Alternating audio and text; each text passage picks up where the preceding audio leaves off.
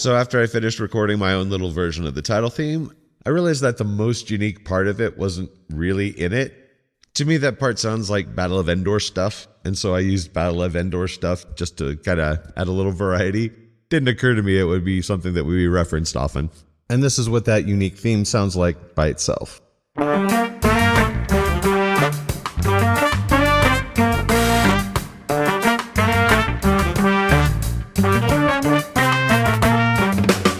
I'm not going to mention every leitmotif or give a play-by-play of the plot of every episode, but after a little introduction scene, it does open up with the title theme into the Imperial March.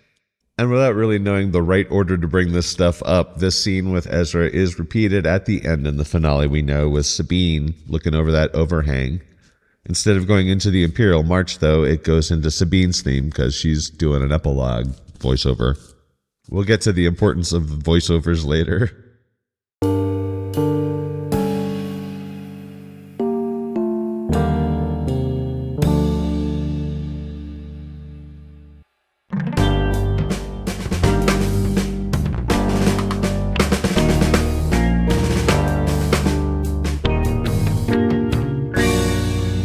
I'm going to take a little liberty with some of the music that I can't find on a soundtrack and is overwhelmed by the sound effects. And I do got to leave in the occasional Rebel fanfare.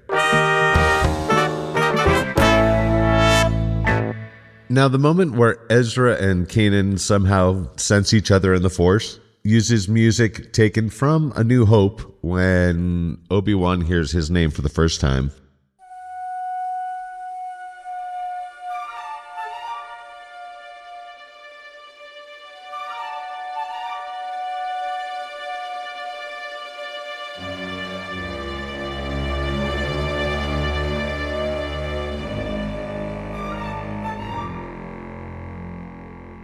Later on, I think in Season 2, this is going to turn into Kanan's theme.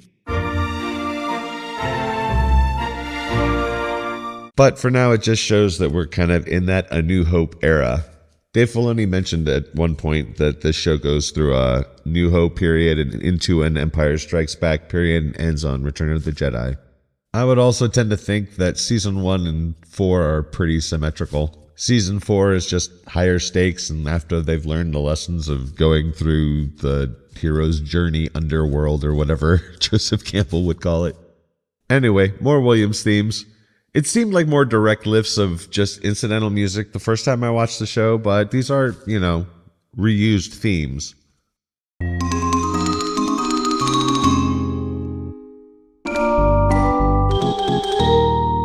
Even if the TIE Fighter theme wasn't originally intended to be so.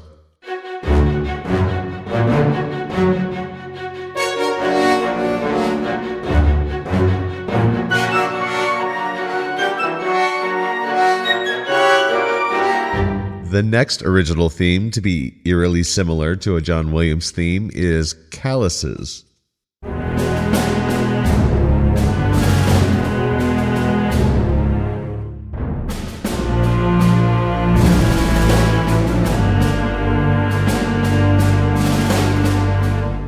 This theme seems so similar to the Rebel fanfare that I'm wondering if it was always planned that he was going to defect. This is what his theme would sound like with a more Rebel fanfare rhythm.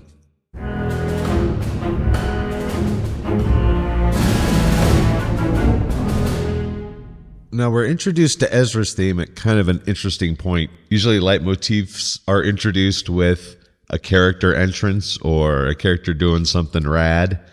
But we see Ezra's theme being introduced while he's kind of at a moment of vulnerability. And maybe that's something in his character development we should be paying attention to.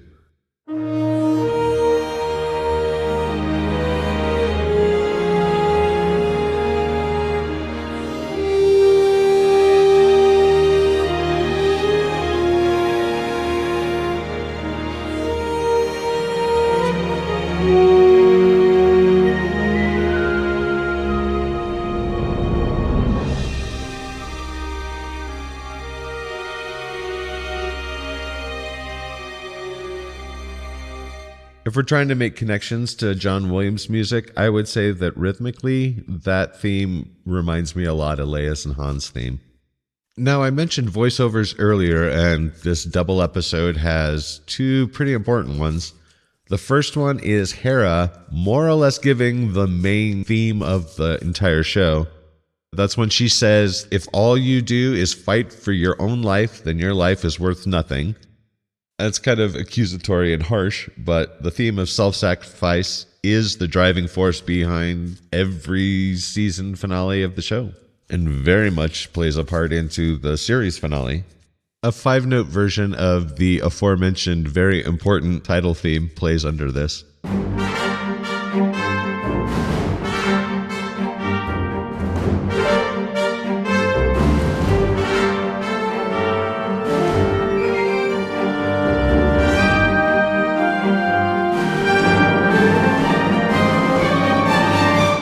This has to be poetry showing us that we're in the A New Hope era. It may also be a reference to the fact that Zeb is based off of Chewbacca concept art. This rewatch is actually the first time I noticed that there's a little minor version of the title Splash Rebel fanfare after Ezra gets captured. This isn't the first statement of the Force theme, but it's the one I chose. I don't want to know where Ezra was hiding that holocron.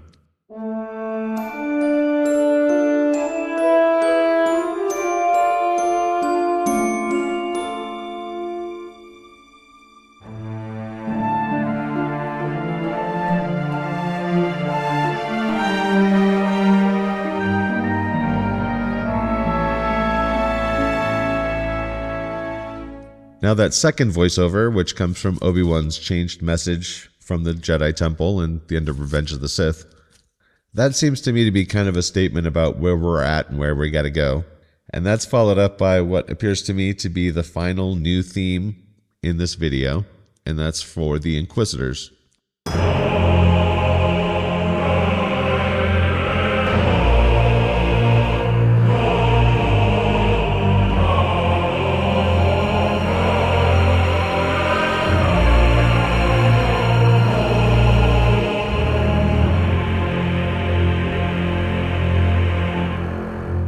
Now, it may not be much of a surprise that I'm kind of a kinder fan, but I got issues with the droid stuff in this droid episode.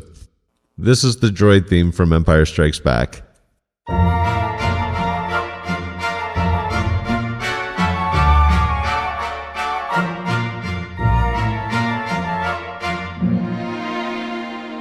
R2-D2 on Dagobah is filthy with that theme.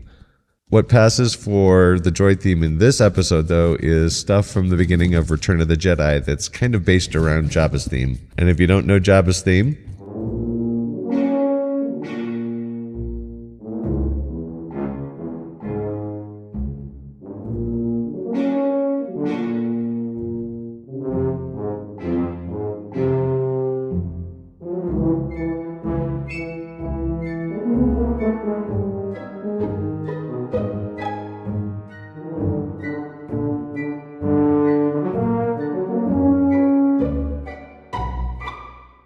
I believe that particular piece of music was replaced with something that sounded a little bit more dangerous.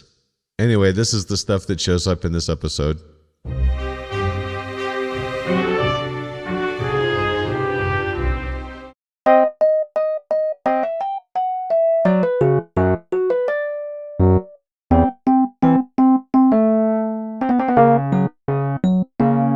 Most of the stuff I get out of this episode is setting up Ezra as the air ducts guy and Kanan as being reluctant to teach.